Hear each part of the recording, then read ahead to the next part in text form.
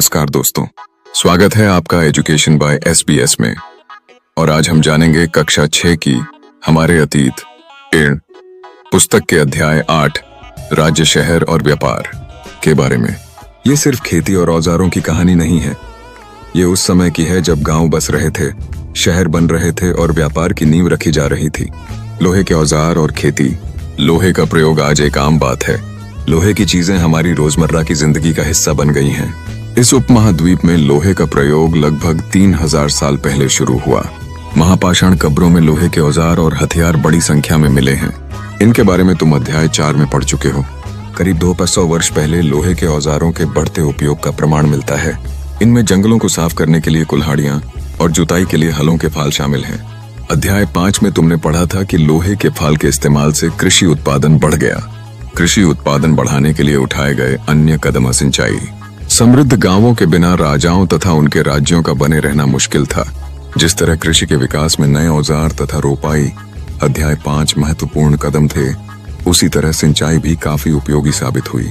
इस समय सिंचाई के लिए नहरें, कुएं, तालाब तथा कृत्रिम जलाशय बनाए गए। औजारों की सूची में इंदाजे गई इनका कहता है हंसिया, कुल्हाड़ी और संडसी। गांव, शहर और व्यापार। लोगों द्वारा परिश्रम किया गया। किसानों को लाभ मिला क्योंकि अब उत्पादन की अनिश्चितता घटी। कर अदा करने के लिए किसानों को उत्पादन बढ़ाना था। राजाओं ने सिंचाई की योजना बनाई और धन खर्च किया। गांवों में कौन रहते थे? इस उपमहाद्वीप के दक्षिणी तथा उत्तरी हिस्सों के अधिकांश गांवों में कम से कम 3 तरह के लोग रहते थे। तमिल क्षेत्र में बड़े भूस्वामियों को वेल्लला, साधारण हलवाओं को उणवार और भूमिहीन मजदूर दास कड़ैसियार और अधिमई कहलाते थे।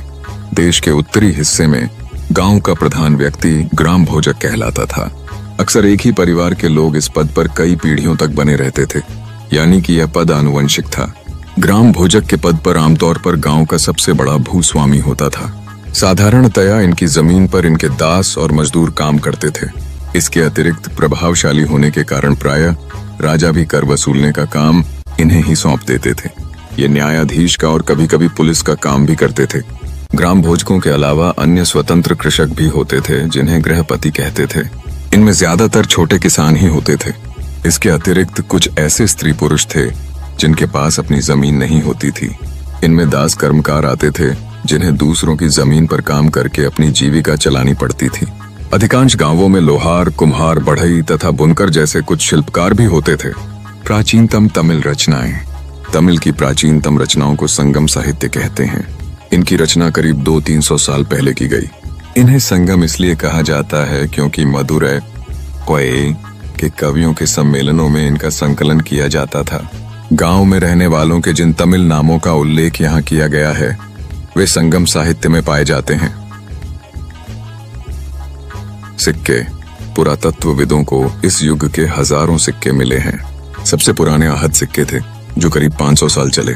इसका चित्र नीचे दिया गया है। चांदी या तांबे के सिक्कों पर विभिन्न आकृतियों को आहत कर बनाए जाने के कारण इन्हें आहत सिक्का कहा जाता था। आहत सिक्के। आहत सिक्के सामान्यतः आयताकार और कभी-कभी वर्गाकार या गोल होते थे। ये या तो धातु की चादर को काटकर या धातु के चपटे गोलिकाओं से बनाए जाते थे।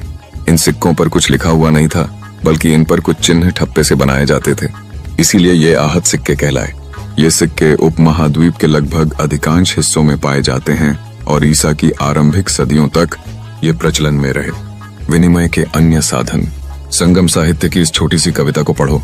खेतों के सफेद धान गाड़ियों पर लादे जा रहे हैं नमक के लिए, लंबे लंबे रास्ते, चांदनी सी सफेद रेत पर परिवार को समेटे, कहीं पीछे छूट न जाए। शहरों से नमक के सौदागरों के यूं चले जाने से सिर्फ सन्नाटा रह जाता है। समुद्र के किनारे नमक का बहुत ज्यादा उत्पादन होता था। नगर। अनेक गतिविधियों के केंद्र। अक्सर नगर कई कारणों से महत्वपूर्ण हो जाते थे। उदाहरण के लिए मथुरा। यह 200-500 साल से भी ज्यादा समय से एक महत्वपूर्ण नगर रहा है, क्योंकि यह यातायात और व्यापार के 2 मुख्य रास्तों पर स्थित था। इनमें से एक रास्ता उत्तर पश्चिम से पूरब की ओर, दूसरा उत्तर से दक्षिण की ओर जाने वाला था। शहर के चारों ओर किलेबंदी थी। इसमें अनेक मंदिर थे। आसपास के किसान तथा पशुपालक शहर में रहने वालों के लिए भोजन जुटाते थे। मथुरा बेहतरीन मूर्तियां बनाने का केंद्र था। लगभग 2000 साल पहले मथुरा कुषाणों की दूसरी राजधानी बनी। इसके बारे में तुम आगे पढ़ोगे। मथुरा एक धार्मिक केंद्र भी रहा है। यहाँ बौद्ध विहार और जैन मंदिर हैं। यह कृष्ण भक्ति का एक महत्वपूर्ण केंद्र था। मथुरा में प्रस्तर खंडों तथा मूर्तियों पर अनेक अभिलेख मिले हैं। आमतौर पर ये संक्षिप्त अभिलेख हैं जो स्त्रियों तथा पुरुषों द्वारा मठों या मंदिरों को दिए जाने वाले दान का उल्लेख करते हैं। प्रायः शहर के राजा, रानी, अधिकारी, व्यापारी तथा शिल्पकार इस प्रकार के दान करते थे। उदाहरण के लिए मथुरा के अभिलेख में सुनारों, लोहारों, बुनकरों, टोकरी बुनने वालों, माला बनाने वालों और इत्र बनाने वालों के उल्लेख मिलते हैं। शिल्प तथा शिल्पकार। पुरास्थलों से शिल्पों के नमूने मिले हैं।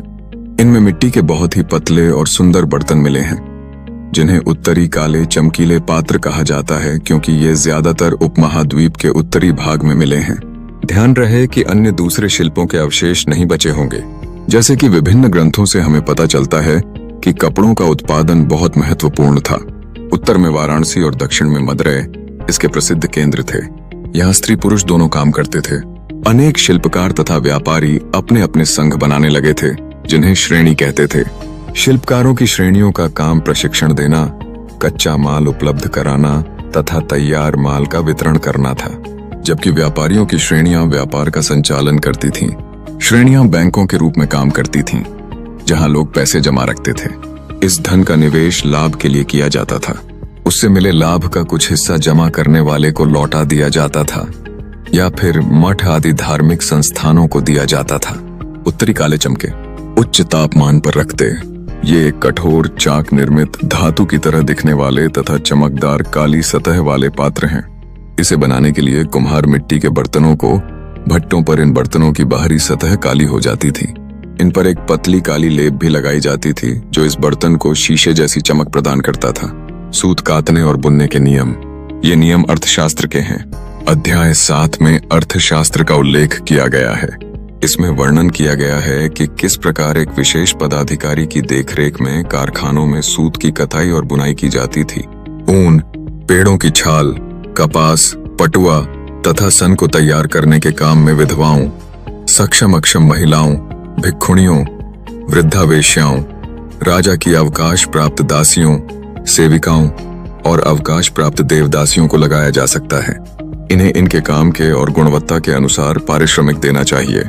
जिन महिलाओं को बाहर निकलने की अनुमति नहीं है, वे अपनी दासियों को भेजकर कच्चे माल को मंगवा सकती हैं और फिर तैयार माल उन्हें भिजवा सकती हैं। वे औरतें जो कारखाने तक जा सकती हैं, उन्हें अपना माल कारखाने तक तड़के ले जाना पड़ता था, जहां उन्हें पारिश्रमिक मिलता था। इस समय माल को अच्छी तरह जांचने के लिए रोशनी रहती है। अगर निरीक्षक उस औरत की तरफ देखता है या इधर उधर की बातें करता है तो उसे सजा मिलनी चाहिए।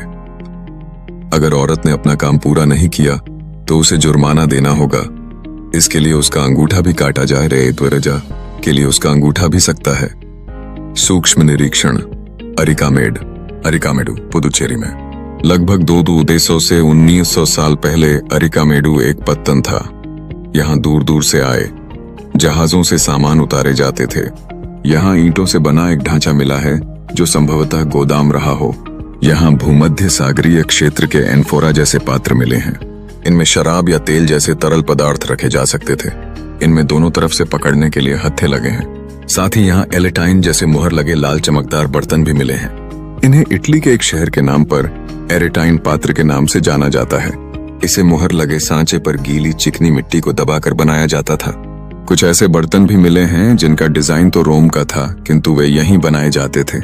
यहाँ रोमन लैंप, शीशे के बर्तन तथा रत्न भी मिले हैं। साथ ही छोटे छोटे कुंड मिले हैं जो संभवतः कपड़े की रंगाई के पात्र रहे होंगे। यहाँ पर शीशे और अर्ध बहुमूल्य पत्थरों से मन के बनाने के पर्याप्त साक्ष्य मिले हैं। एक यूनानी नाविक द्वारा दिया गया विवरण। बेरिगाजा भरूच का यूनानी नाम की कहानी। बेरिगाजा की संकरी खाड़ी में समुद्र से आने वालों के लिए नाव चला पाना बहुत मुश्किल होता है। राजा के द्वारा नियुक्त कुशल और अनुभवी स्थानीय मछुआरे ही यहाँ जहाज ला सकते थे। बेरिगाजा में शराब, तांबा, टिन, सीसा, मूंगा, पुखराज, कपड़े, सोने और चांदी के सिक्कों का आयात होता था। हिमालय की जड़ी बूटियां, हाथी दांत, गोमेद, कार्नीलियन, सूती कपड़ा, रेशम तथा इत्र यहाँ से निर्यात किए जाते थे। राजा के लिए व्यापारी विशेष उपहार लाते थे। इनमें चांदी के बर्तन, गायक किशोर, सुंदर औरतें, अच्छी शराब तथा उत्कृष्ट महीन कपड़े शामिल थे। व्यापार और व्यापारी। तुमने उत्तरी काले पॉलिश वाले बर्तनों के बारे में पढ़ा है। ये खूबसूरत बर्तन, खास तौर से इनकी कटोरियां तथा थालियां, इस उपमहाद्वीप के अनेक पुरास्थलों से मिले हैं। सवाल उठता है कि इन जगहों पर ये बर्तन कैसे पहुंचे होंगे। ऐसा अनुमान लगाया जाता है कि जहां ये बनते थे वहां से व्यापारी इन्हें ले जाकर अलग अलग जगहों पर बेचते थे। दक्षिण भारत सोना, मसाले, खास तौर पर काली मिर्च तथा कीमती पत्थरों के लिए प्रसिद्ध था। काली मिर्च की रोमन साम्राज्य में इतनी मांग थी कि इसे काले सोने के नाम से बुलाते थे। व्यापारी इन सामानों को समुद्री जहाजों और सड़कों के रास्ते रोम पहुंचाते थे। दक्षिण भारत में ऐसे अनेक रोमन सोने के सिक्के मिले हैं। इससे ये अंदाजा लगाया जाता है कि उन दिनों रोम के साथ बहुत अच्छा व्यापार चल रहा था। व्यापार से जुड़ी एक कविता। व्यापार के प्रमाण हमें संगम कविताओं में भी मिलते हैं। पूर्वी समुद्र तट पर स्थित पुहार पत्तन पर लाए जाने वाले माल का वर्णन मिलता है। समुद्री जहाजों पर लाए गए तेज तर्रार घोड़े, गाड़ियों पर काली मिर्च की गठरियां, हिमालय से मिले रत्न और सोना, दक्षिण की पहाड़ियों से चंदन की लकड़ियां, दक्षिणी सागर के मोती और पूर्वी सागर के मूंगे, गंगा और कावेरी की फसलें, श्रीलंका से आए खाद्यान्न, म्यांमार के बने मिट्टी के बर्तन और दुर्लभ कीमती आयाता। व्यापारियों ने कई समुद्री रास्ते खोज निकाले। इनमें से कुछ समुद्र के किनारे चलते थे, कुछ अरब सागर और बंगाल की खाड़ी पार करते थे। नाविक मानसूनी हवा का फायदा उठाकर अपनी यात्रा जल्दी पूरी कर लेते थे। वे अफ्रीका या अरब के पूर्वी तट से इस उपमहाद्वीप के पश्चिमी तट पर पहुंचना चाहते थे तो दक्षिणी पश्चिमी मानसून के साथ चलना पसंद करते थे। इन लंबी यात्राओं के लिए मजबूत जहाजों का निर्माण किया जाता था। समुद्र तटों से लगे राज्य। इस उपमहाद्वीप के दक्षिणी भाग में बड़ा तटीय प्रदेश है। इनमें बहुत से पहाड़, पठार और नदी के मैदान हैं। नदियों के मैदानी इलाकों में कावेरी का मैदान सबसे उपजाऊ है।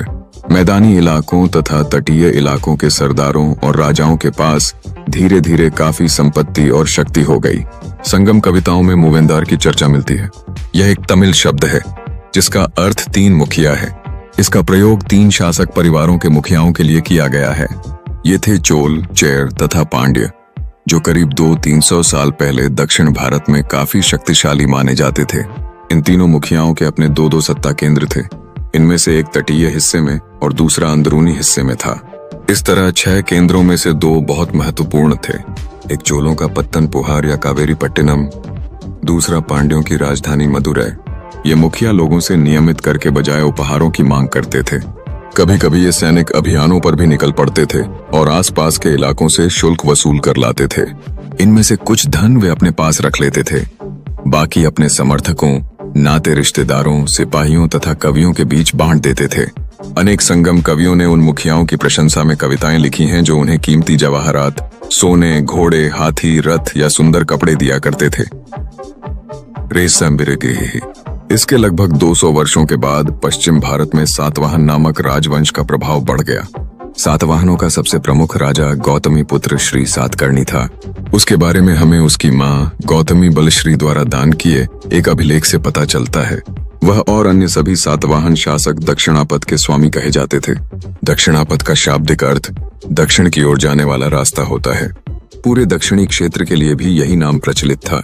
श्री सातकर्णी ने पूर्वी, पश्चिमी तथा दक्षिणी तटों पर अपनी सेनाएं भेजी। रेशम मार्ग और कुषाण। कुछ शासक इसके बड़े बड़े हिस्सों पर अपना नियंत्रण करना चाहते थे, क्योंकि इस रास्ते पर यात्रा कर रहे व्यापारियों से उन्हें कर, शुल्क तथा तोहफों के जरिए लाभ मिलता था। इसके बदले ये शासक इन व्यापारियों को अपने राज्य से गुजरते वक्त लुटेरों के आक्रमणों से सुरक्षा देते थे। सिल्क रूट पर नियंत्रण रखने वाले शासकों में सबसे प्रसिद्ध कुषाण थे। करीब 2000 साल पहले मध्य एशिया तथा पश्चिमोत्तर भारत पर इनका शासन था। पेशावर और मथुरा इनके 2 मुख्य शक्तिशाली केंद्र थे। तक्षशिला भी इनके ही राज्य का हिस्सा था। इनके शासनकाल में ही सिल्क रूट की एक शाखा मध्य एशिया से होकर सिंधु नदी के मुहाने के पत्तनों तक जाती थी। फिर यहाँ से जहाजों द्वारा रेशम पश्चिम की ओर रोमन साम्राज्य तक पहुंचता था। अगर आपको ये जानकारी पसंद आई हो तो वीडियो को लाइक और शेयर जरूर करें, और हाँ, चैनल एजुकेशन बाय SBS को सब्सक्राइब करना न भूलें। कमेंट में जरूर बताइए कि अगला वीडियो आप किस अध्याय पर देखना चाहेंगे। मिलते हैं अगले रोचक अध्याय के साथ।